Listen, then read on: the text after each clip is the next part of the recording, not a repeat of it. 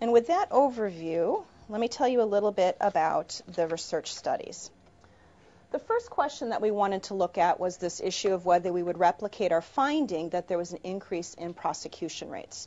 So what we wanted to do was compare investigation and prosecution rates in a Midwestern county before and after the implementation of the SANE program.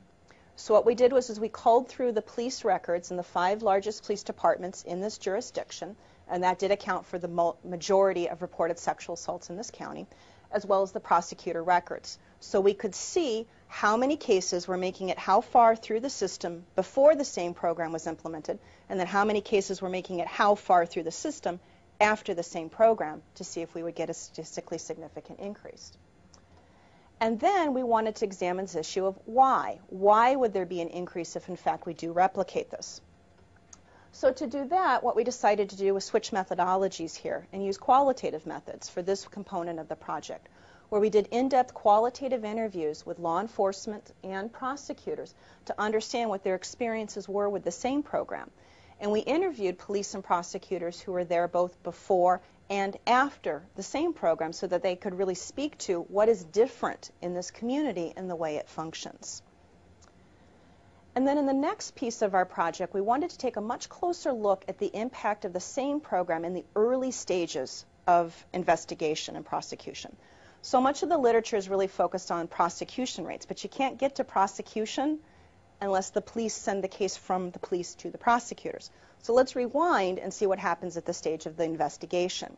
So we did some very, very detailed coding from police records from the largest 3 departments. Again, we had to narrow down a little bit because of the level of detail that we were coding. And what we wanted to see in these reports was whether there was any evidence that the SANE program was changing the way police were doing their investigation. Was there any evidence to suggest that the police were drawing upon the SANE program as a resource in that very early stage? And would that help predict cases moving on to the prosecutor and then ultimately beyond that? Now, in the next component of the study, we wanted to understand these issues from the perspective of the survivors themselves. Up to this point, I've been talking about the criminal justice system and the criminal justice perspective on this. What about the survivors themselves? So we did in-depth qualitative interviews with 20 survivors who had SANE exams and asked them about their experiences at the program as well as with the criminal justice system. And then in the last component of the project, we did validation interviews with the forensic nurses. And we asked them about their experiences of providing patient care to the survivors, as well as how they work with criminal justice system personnel in their community. Now, in the interest of time, I'm not going to be able to share with you these last data, the validation interviews from the nurses, but suffice to say that the information that they provided does validate the findings that I will be presenting to you today. All right. So let's get to our first question, the big $6 million question of whether there's an increase in prosecution rates from before to after the implementation of the SANE program. Again, we're going to be looking at police records and prosecutor records. I want to say a little bit about the methods here because it's an important issue. The case selection, we're looking at adult cases.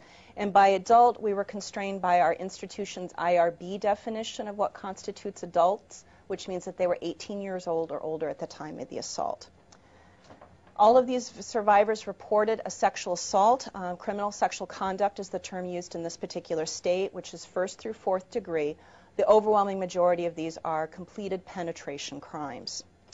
But not all sexual assault cases that occurred in this Midwestern county actually go into the sample that we studied, because in quasi-experimental research, we have to make sure that the before cases are comparable to the after cases. So we're comparing apples to apples, not apples to oranges or apples to who knows what. So we're going to be doing a process of selecting cases from the before and the after to make sure the kinds of cases we're comparing are comparable in all elements except that these were before and these were after.